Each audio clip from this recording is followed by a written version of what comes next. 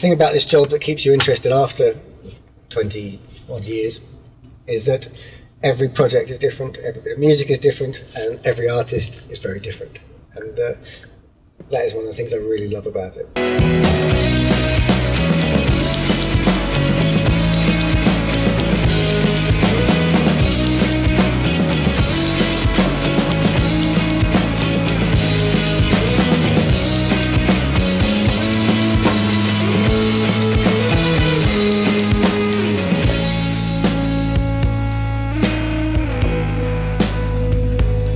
So I look in your direction, but you pay me no attention, do you?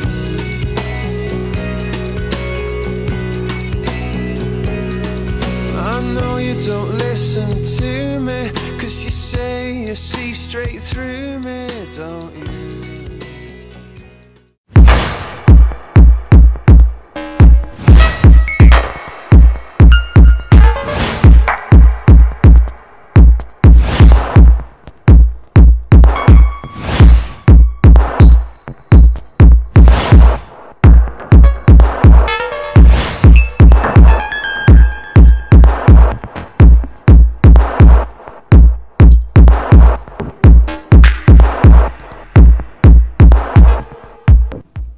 I'd always loved music. I always loved seeing bands live. I was probably more into production than I imagined. I always loved the sounds of records. I'd always be thinking about the sounds of records and how things were produced.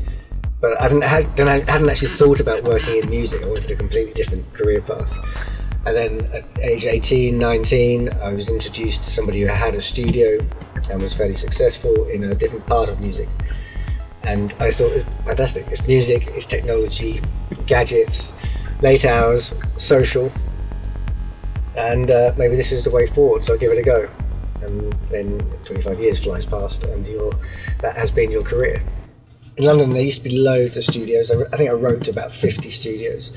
Got a job as an assistant, or kind of run a T-boy reception assistant. I went in, that was the only way in. In fact, Psalm Studios, Trevor Horn Studios, that was the only way they'd let you into the building.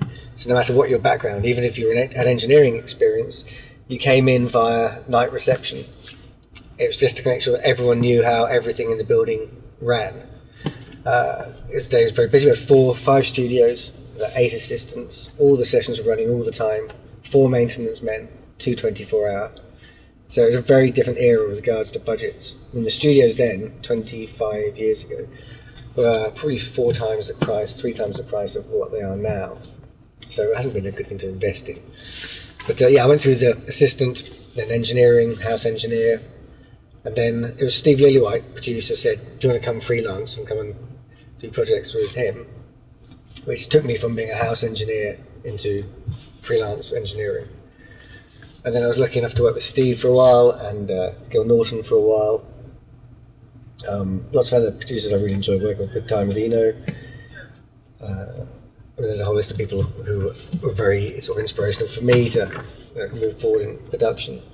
And then after about 10, 12 years of that, I ended up producing. Mixing has just been a constant throughout. And we were saying earlier about how jumping between mixing and producing, the merits of both. If I had to make a decision, it would probably be production, just because it's a more social, creative part to me.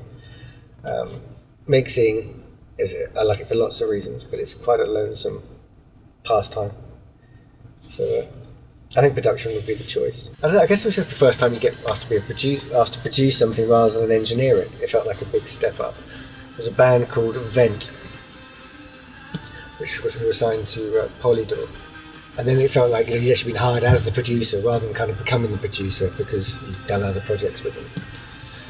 But and there's some projects where I can't remember whether I was the producer or the mixer. It's kind of been a blurred line in between things. Again, as an engineer, you're with different producers all the time, and they all have very different ways of going about things, all have different techniques for dealing with people, for going about the recording process. Some have come from technical backgrounds and some from musical backgrounds. Nowadays, as a producer myself, when I'm mixing for other producers, I do have a sensibility for their worries and concerns. It's always hard to hand over your your baby to somebody else at the end. So as much communication as possible, always remembering it's their record. We're just here to kind of just take the bit a bit further. I've enjoyed working with so many different people, but there's little reason for each one of them. I think if we get into the more kind of unusual ones, time with Phil Spector, which doesn't look like that would be happening with anyone else again too soon for him, was probably just because he's such a classic of our industry. He's such a major figure from historically that when the opportunity came up to work with him, I really had to do it. It was a shame that his future at the time wasn't quite as known, because that did change that project somewhat by what happening halfway through that project.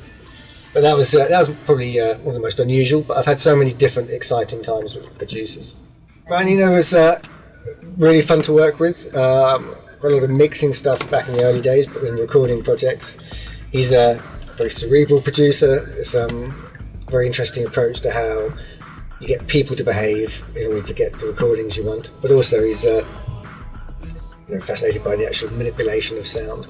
So it was great, but again, from a group of successful producers who each one of them was, there's a big valuable learning experience with each one of them.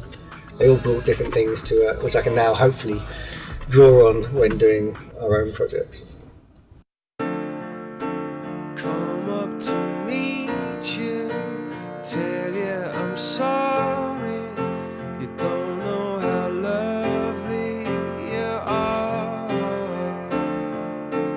I had to find you, tell you I need you, tell you I set you apart.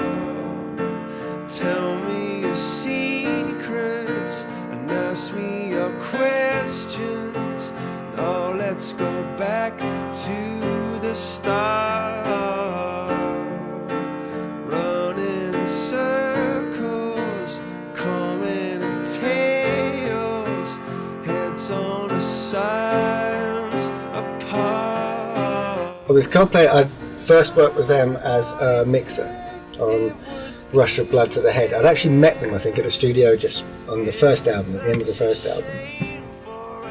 And then the plan was to get involved in mixing on the third album, but then the suggestion came forward to do a couple of tracks to produce, because we all knew each other, and which was obviously a great opportunity. It was really a very fun time, and we liked where they were going, or they liked where they were going, and so we produced more tracks, and it gradually kind of became that album.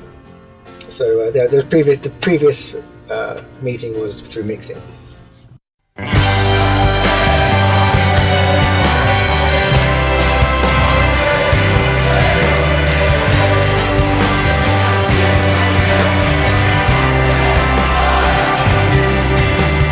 Jet trails in the sky, leave one behind.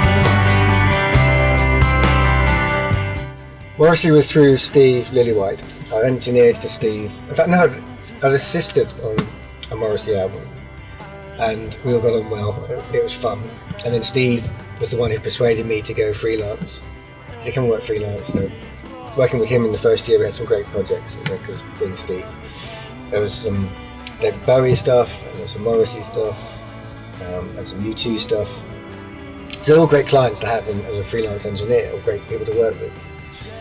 And then, after we'd done 3 or 4 albums with Morrissey, I ended up doing some tracks with Morrissey.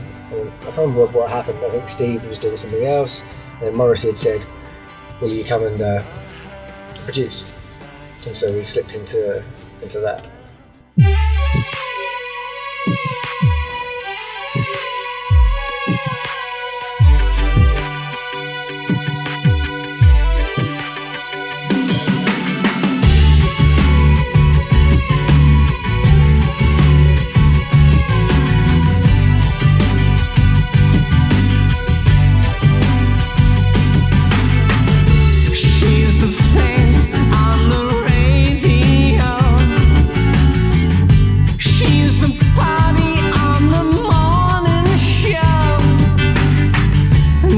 she's left shaking it out on the scene.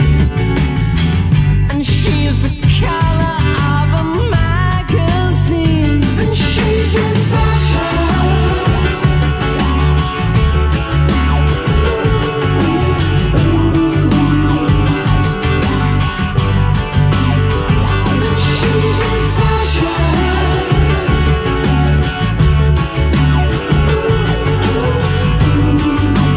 The bands which you see, which I've been exposed to, who I see as being very successful bands, the thing I've learned from them is they're all incredibly hardworking. There's a misgiving that you kind of get signed and then you can suddenly start living the life of a pop star. Whereas in reality, or in my experience, the bands who I see who are very successful, it just gets harder and harder, the workload, the more successful you get. I don't think people really appreciate the hours that these people do, the sort of loss of freedom.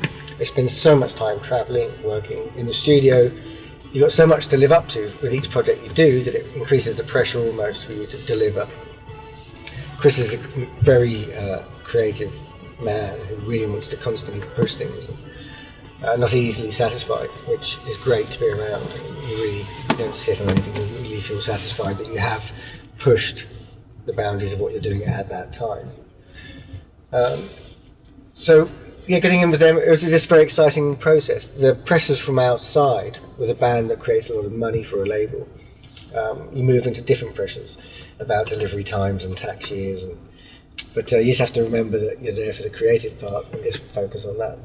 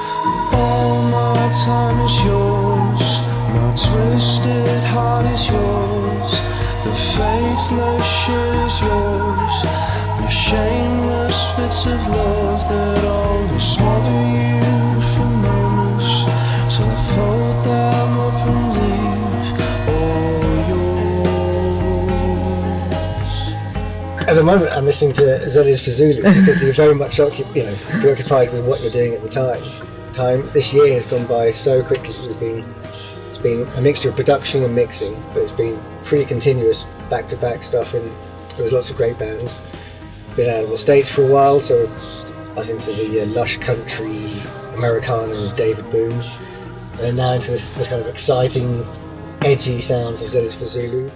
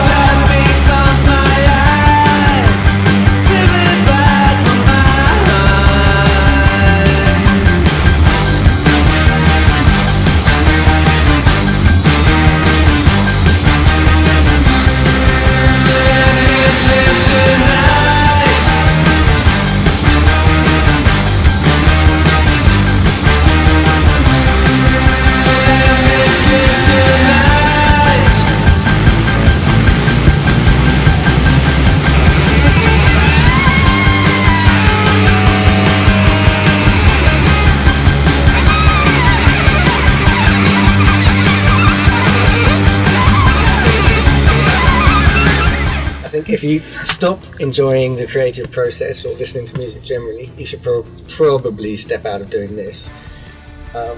I still love making music as much now as I did 25 years ago, and I still listen to as much music outside work as I did before. I don't get the chance to see as many bands nowadays just because I'm normally at work, and there are some evenings where I might want to hear a bit of spoken word and not music, but I still enjoy it just as much.